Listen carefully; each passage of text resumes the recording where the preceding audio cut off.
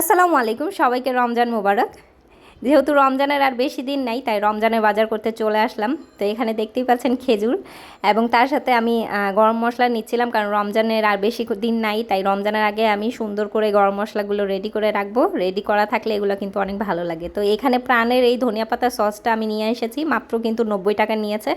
ধনিয়া পাতার চাটনি আর বানানোর কোনো প্যারা থাকে না এটা থাকলে। তো এখানে আমার বিল হয়েছে 995 টাকা। গরম মশলার যা দাম হয়েছে ভাই, কি আর বলবো।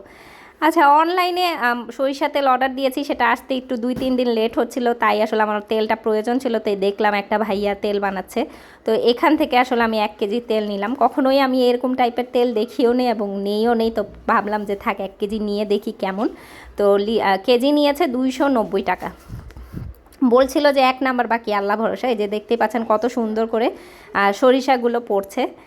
তো এরপরে চলে গিয়েছি কিছু শুকনা বাজার করতে। তো এখানে প্রচুর ট্যাং ছিল। আমার ট্যাংটা অত পছন্দ না, আমি টেস্ট মি খাই। টেস্ট মি যে ম্যাঙ্গো ফ্লেভারটা থাকে সেটা, তো সেটাই নিচ্ছিলাম।